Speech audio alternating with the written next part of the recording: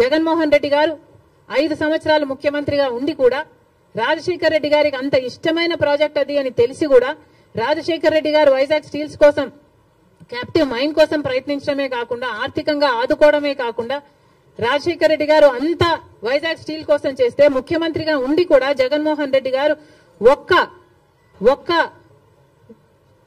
Finger కూడా ఎత్తలేదు Vizag steel ని కాపాడడం కోసం.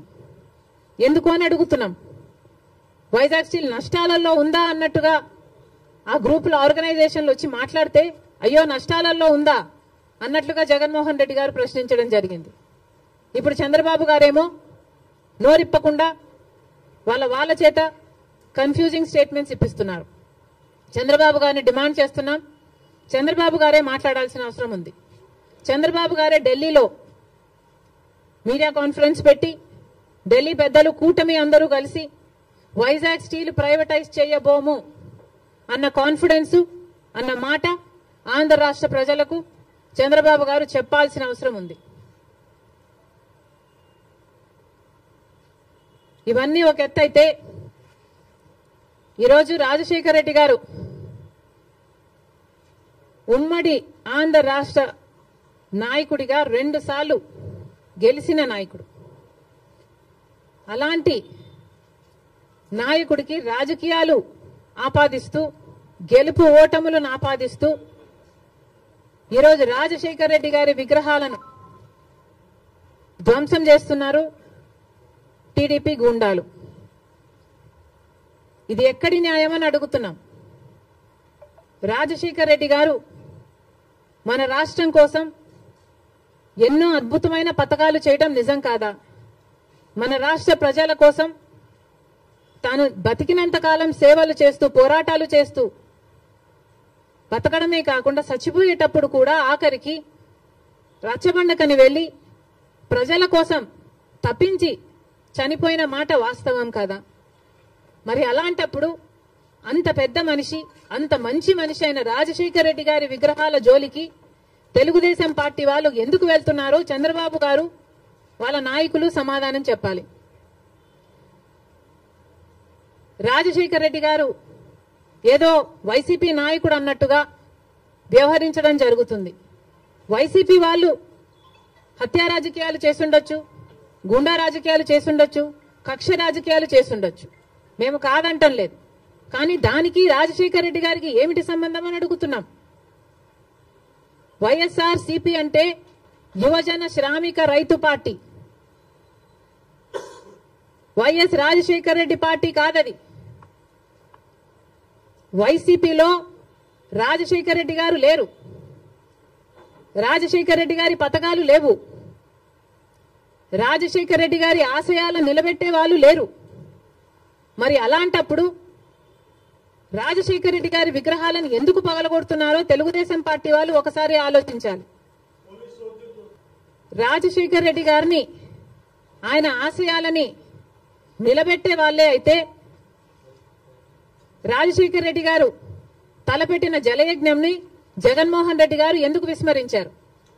రాజశేఖర్ రెడ్డి గారు తన ప్రాణం కంటే ఎక్కువ నేను ఇందుకోసమే పుట్టాను, జలయజ్ఞం కోసమే పుట్టాను అని రాజశేఖర్ రెడ్డి గారు అంతగా జలయజ్ఞం కోసం తప్పిస్తే జగన్మోహన్ రెడ్డి గారు 6 నెలల్లో జలయజ్ఞం మొత్తం పూర్తి చేస్తానన్న జగన్మోహన్ రెడ్డి గారు కనీసం ఒక్క ప్రాజెక్టు కూడా ముట్టుకోలేదు. మరి వైసీపీలో రాజశేఖర్ రెడ్డి గారు ఉన్నారో లేదో ఆలోచన చేసుకోవాలి. రాజశేఖర్ రెడ్డి గారి ఎంతో ఇష్టమైన ఫీజు రీయింబర్స్మెంట్ ఇలాంటి పథకాలకు కూడా వైసీపీ ఈ రోజు వరకు కూడా అధికారంలోంచి దిగిపోయే రోజు వరకు కూడా 4,000 కోట్లు బాకీ పడింది. చిక్కీలకు, స్కూల్ యూనిఫాములకు, ఆఖరికి కోడిగుడ్లకు కూడా బిల్లులు కట్టలేదట. మరి అలాంటప్పుడు రాజశేఖర్ రెడ్డి గారి ఆశయాలను నిలబెట్టే పార్టీ వైసీపీ పార్టీ అని ఎందుకు అనుకుంటున్నారు? అది కాదు కాబట్టే ఈరోజు ప్రజలు వైసీపీకి అంత బుద్ధి చెప్పారు. గోతి తీసి పాతి పెట్టడం జరిగింది. మళ్లీ చెప్తున్నాం, వైసీపీ అంటే యువజన శ్రామిక రైతు పార్టీ, వైఎస్ఆర్ పార్టీ కానే కాదు. రాజశేఖర్ రెడ్డి గారికి వైసీపీ పార్టీకి అసలు సంబంధమే లేదు. రాజశేఖర్ రెడ్డి గారు is a tall leader of the Congress party. Congress party ముఖ్యమంత్రిగా 2 సార్లు కాంగ్రెస్ పార్టీని రాష్ట్రంలోనే కాకుండా దేశంలో కూడా అధికారంలోకి తీసుకొచ్చిన గొప్ప నాయకుడు రాజశేఖర్ రెడ్డి గారు. Rajashekar Reddy Garu is a congressman. He lived a congressman and he died a congressman. He was faithful to the Congress party, and as much as he was faithful to the Congress party was also faithful to Rajashekar Reddy Garu, and 2 సార్లు ముఖ్యమంత్రిని చేసింది. రాజశేఖర్ రెడ్డి గారి కోరిక మేరకు రుణమాఫీ అయితేనేమి, ఉపాధి హామీ పథకం అయితేనేమి, ఇలాంటివి ఎన్నో రాజశేఖర్ రెడ్డి గారి ద్వారా కాంగ్రెస్ పార్టీ ఆంధ్ర రాష్ట్రంలో అమలు చేయగలిగింది. రాజశేఖర్ రెడ్డి గారు కాంగ్రెస్ పార్టీ నాయకుడు కాబట్టే, కాంగ్రెస్ పార్టీ సేవకుడు కాబట్టే, కాంగ్రెస్ పార్టీ ఎలా ఆలోచన చేస్తుందో అలా ఆలోచన చేశాడు కాబట్టే అంత అద్భుతమైన పథకాలు, ఫీజు రీయింబర్స్మెంట్ అయినా, ఆరోగ్యశ్రీ అయినా, ఇందిరమ్మ ఇళ్ల పథకం అయినా, ఇలాంటివి ఎన్నో పథకాలు బీదవారి కోసం, అట్టడుగున ఉన్న వర్గాల కోసం రాజశేఖర్ రెడ్డి గారు చేయగలిగారు అంటే ఇవన్నీ కాంగ్రెస్ మ్యాన్ గా రాజశేఖర్ రెడ్డి గారు చేశారు. మళ్ళీ చెప్తున్నాం, ఈరోజు కాంగ్రెస్ మ్యాన్ గా రాజశేఖర్ రెడ్డి గారు నిలిచారు, బతికారు, అలాగే చచ్చిపోయారు. వైసీపీ పార్టీని అడుగుతున్నాం. మొన్న YCP party Congress party TDP పార్టీకి తోక పార్టీ అన్న కమెంట్ చేశారు. మేము కాదు తోక పార్టీ, బీజేపీ పార్టీకి తోక పార్టీ వైసీపీ పార్టీ. అధికారంలో ఉన్న 5 సంవత్సరాలు వైసీపీ పార్టీ బీజేపీ పార్టీకి ఊడిగలు చేసింది. ఎక్కడ వాళ్ళకి ఏ అవసరం ఉంటే ఆ బిల్లుకు అప్పుడు అక్కడ మద్దతు ఇచ్చారు. బీజేపీ పార్టీకి సంబంధించిన ఏ బిజినెస్ మ్యాన్ ఉన్నా, ఏ నాయకుడున్నా, రాజ్యసభ కావాలంటే రాజ్యసభ, టీటీడీ కావాలంటే టీటీడీ, ఏది పడితే అది బీజేపీకి తొత్తులుగా పనిచేసిన పార్టీ వైసీపీ పార్టీ. అధికారంలో ఉన్నప్పుడు ప్రత్యేక హోదాను తాకట్టు పెట్టడమే కాకుండా రాష్ట్ర భవిష్యత్తును కూడా తాకట్టు పెట్టిన పార్టీ వైసీపీ పార్టీ. బీజేపీ పార్టీకి అధికారంలో 5 సంవత్సరాలు ఊడిగలు చేయడమే కాకుండా ఇప్పుడు కూడా స్పీకర్ విషయంలో, మొన్న జరిగిన స్పీకర్ ఎన్నికల విషయంలో మళ్ళీ అదే బీజేపీ పార్టీకి మద్దతిచ్చాడు జగన్మోహన్ రెడ్డి గారు. మణిపూర్ ఘటనలతో సహా మొత్తం ఏది చూసుకున్నా కూడా బీజేపీ పార్టీతోనే ఉన్నాడు జగన్మోహన్ రెడ్డి గారు. మరి బీజేపీ పార్టీకి తొత్తుగా ఉన్నది, తోక పార్టీగా ఉన్నది, ఉంచుకున్న పార్టీగా ఉన్నది వైసీపీ పార్టీ. మళ్ళీ చెప్తున్నాం, కాంగ్రెస్ పార్టీ ఒక నిబద్ధత కలిగిన పార్టీ, నిజాయితీ ఉన్న పార్టీ. మేము ఎవరికి అక్రమంగా ఏ పార్టీతో పొత్తులు పెట్టుకోలేదు, సంబంధాలు పెట్టుకోలేదు వైసీపీ పార్టీ లాగా. మళ్ళీ చెప్తున్నాం, రాజశేఖర్ రెడ్డి గారు is a Congress man. Telugu Desam party నాయకుల్ని, కార్యకర్తలకి, అందరికీ కూడా హెచ్చరిస్తున్నాం, రాజశేఖర్ రెడ్డి గారి విగ్రహాల జోలికి వెళ్ళకండి. వైసీపీకి వైఎస్ఆర్ కి సంబంధం లేదు. యువజన శ్రామిక రైతు పార్టీ జగన్మోహన్ రెడ్డి గారి పార్టీ. రాజశేఖర్ రెడ్డి గారు is a Congress man. Rajasekhar Reddy గారి విగ్రహాల జోలికి మళ్లీ వెళ్లారు అంటే నేనే వెళ్లి ఆ విగ్రహాల దగ్గర ధర్నా చేస్తా. ఏ ఊర్లో మీరు బద్దలు కొడతారో ఆ ఊరికి వచ్చి, ఊరికి వచ్చి నేను ధర్నాలు చేసి మిమ్మల్ని బద్నాం చేస్తాం. అంతేకాదు, మీరు గుర్తుపెట్టుకోవాల్సిన విషయం ఏమిటంటే, ఇదే హత్య రాజకీయాలు, ఇదే కక్ష రాజకీయాలు, ఇదే గుండా రాజకీయాల వల్ల ప్రజలు విసుకెత్తి వైసీపీ పార్టీకి గోయి తీసి పాతి పెట్టడం జరిగింది.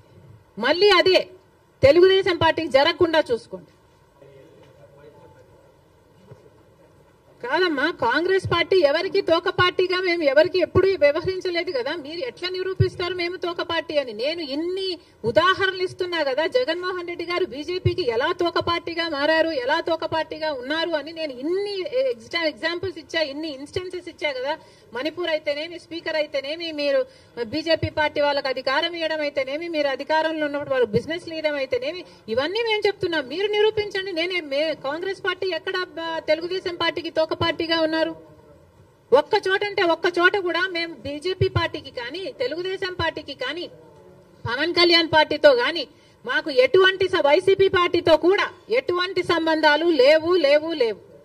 Congress party is the only opposition in the state of Andhra Pradesh. Because ఒక పక్క బీజేపీ పార్టీ ఉంది, ఆ బీజేపీ పార్టీతోనే కలిసి ఉన్నారు తెలుగుదేశం పార్టీ అయినా, వైసీపీ పార్టీ అయినా, జనసేన పార్టీ అయినా. బీజేపీ పార్టీ ఆంధ్ర రాష్ట్రంలో ఈ రోజు వరకు కూడా రాజ్యం ఏలుతుంది. కారణం ఏమిటి అంటే, బీజేపీకి అర్థం ఆంధ్రప్రదేశ్ లో బాబు, జగన్, పవన్ కాబట్టి.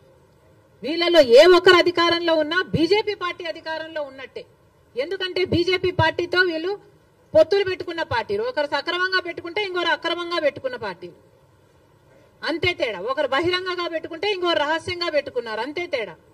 కానీ ఆ మొత్తం బీజేపీతోనే ఉన్నారు. జగన్మోహన్ రెడ్డి గారైనా, చంద్రబాబు గారైనా, జనసేన పవన్ కళ్యాణ్ గారైనా. ఒక్క కాంగ్రెస్ పార్టీ మాత్రమే ప్రజల పక్షాన నిలబడింది, ప్రతిపక్షంలో నిలబడిన పార్టీ ఈ రోజు ఆంధ్ర రాష్ట్రంలో.